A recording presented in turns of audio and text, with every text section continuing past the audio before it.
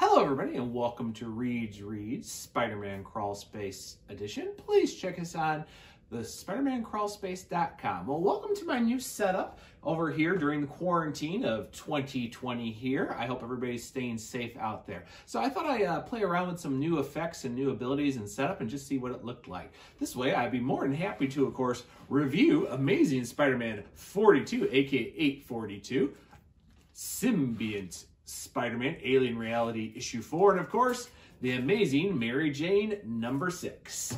So guys, let's get right on here to, of course, the long-awaited what is up with Boomerang here in Amazing Spider-Man. So first of all, let's get to the pros. Well, I have to say, after the several delays and issues, the revelation of Boomerang, that the fact is he has been keeping the secret to the Lifeline tablet from way back one, was just a fantastic surprise. It ties in perfectly with continuity, not only with Spider-Man, but with the Kingpin, even way back to what was going on here in the original Free Comic Book Day a couple years ago here when they introduced Boomerang as Peter Parker and Randy Robinson's roommate. And I really do like the little piece that there was actually someone in the mayor's office keeping track of all the mystical pieces of New York over the years, because let's face it, Damage Control and Project Pegasus have been shown over the years exactly that is not a good thing, and that the right people can still make big mistakes. And I don't have a problem with the fact that he just, the person that had the information on the Lifeline tablet, give it to Boomerang. He had just recently got enough information. He had been considered a hero after Hydra Cap and everything. And just him getting the information, how it works, actually makes plenty of sense, and why everybody's been letting him off the hook, because they know how dangerous the Lifeline tablet is, as well as all the people who actually are aware of it were involved with that or had legacy characters involved with that. Let's face it, even with everything with the Beetle with Janice Lincoln, Tombstone was involved with that at one point, and with the connection with Silvermane. So it's a nice revelation. I really love the dynamic Nick Spencer really puts in here with Boomerang and Spider-Man. It's really great to see how these guys who are frenemies, even though they're frenemies in real life too. And the artwork by Ryan Ottley is just fantastic. I love the flow. It's like a mystical, scavenger hunt. It's really cool, and it just brings in all the pieces and everything. I really like it, as well as the cliffhanger with Gog, as well as taking up pieces from the Vermin clones left over from Hunted. It all nicely flows together. Con-wise, I felt like this has taken just so long to get to this point. I mean, here we are. This has been going on 2 years. They're finally getting to this when we're getting everything ready here for the upcoming Kindred storyline this summer, and the backup piece here on the Lethal Legion, the return of Count Nefarious, and everything going on with Project Pegasus, as well as plugging into the Chameleon storyline. It's all here, but I feel like we're trying to rush from, there's the first half of the Spencer stuff to the second half to then get everything concluded just in time so we can get everything from Kindred. So it has a nice synergy, but I feel like all of a sudden we're kind of getting pushed over to a faster conclusion, and I think if we wouldn't have to worry about the crossovers between 2099 and Absolute Carnage, we wouldn't have had these problems. And why Absolute Carnage did play very well into the storylines and the setup that's going on now in Spider-Man, and unfortunately the 2099, which Spencer was part of, didn't exactly flow very well. So I'm going to give this a B+. I really enjoy it. It's great having Ryan Ottley back for this story arc, so it is really cool to see what's going to happen here in the next couple of storylines. On that note, let's move on over to Symbiote Spider-Man Alien Reality number 4. So first of all, the pros. The storyline keeps flowing really well. I actually like how they get the setup of looking for the Word of God and everything set up with Nightmare's Realm. And I gotta say, Peter David just...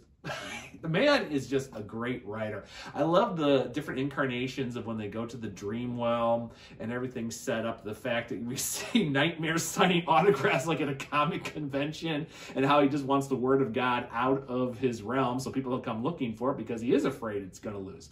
And it's just a really nice build-up of everything that's been going on, even the revelation. Actually, Baron Mordo is the one who's been involved with all this, and the Hobgoblin just kind of played a small part into him being a little manipulated. But the fact this has been Baron Mordo's plan all together was a nice little revelation of really who the villains were.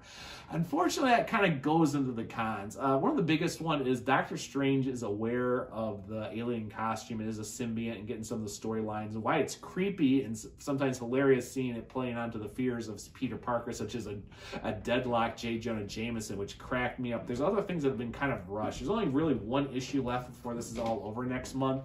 And the fact that Aunt May died, but Peter is feeling sad. We don't see the reality of that faced off in this alternate world with Uncle Ben. The fact that probably by the time it's all said and done, Doctor Strange is actually going to forget all this happens. Well, he won't know about the alien symbiote. And also the betrayal from the Red Cat, this version of Natasha Romanoff, better known as the Black Widow. I don't see the connection in this reality of why she would be a villain. Yeah, maybe you can play in the Red Room and stuff coming up for the upcoming movie, whether it's getting released in June or July, depending on everything with quarantine. But it just feels like it's kind of thrown off. I like the fact that really the Hobgoblin played a huge part in this, and it's more for fun and power to help him along the lines. But I like the fact that Baron Mordo, this was really all his plan along the lines, which explains why he was targeted Doctor Strange and some other things. But I feel like a lot has been kind of brushed off and thrown out there, and now we're just waiting to see how this all concludes. So I'm going to give it also a B+.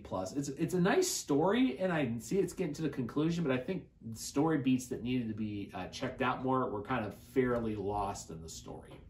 But otherwise, story and artwork by David and Land, beautiful as always. So let's get on to the final piece with the amazing Mary Jane #6. So I always got my Funko Pop of her ready to go. So first of all, the pros.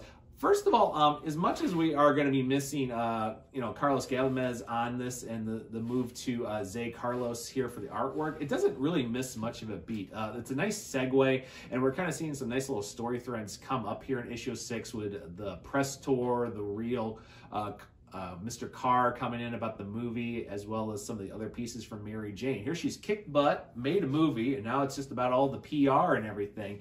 But then it kind of starts having a problem. And that's really the cons. Is I feel like we're missing a page or two here. I feel like the transition to Mary Jane being hunted by the Maggie assassin really is kind of part of the mystery, but at the same time, it kind of just feels like it happens, and it feels like we've missed a story beat or two. So, like, why is that happening? As well as the fact that as much as Peter tries to show up for Mary Jane, he's getting kicked out because of this little situation that's happening to her. Also, I feel like Mary Jane is just kind of thrown out by the FBI out in the middle of Montana for just reasons to get her into this protection program, because we don't know why she's being targeted.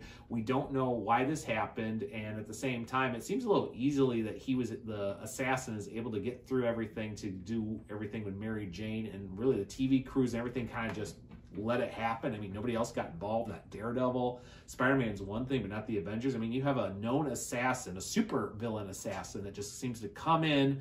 Everybody says, oh, okay, whatever, and they keep walking away until Mary Jane, knowing, goes for help, gets issues, and then gets dropped in the middle of Montana for witness protection. It's kind of like, okay.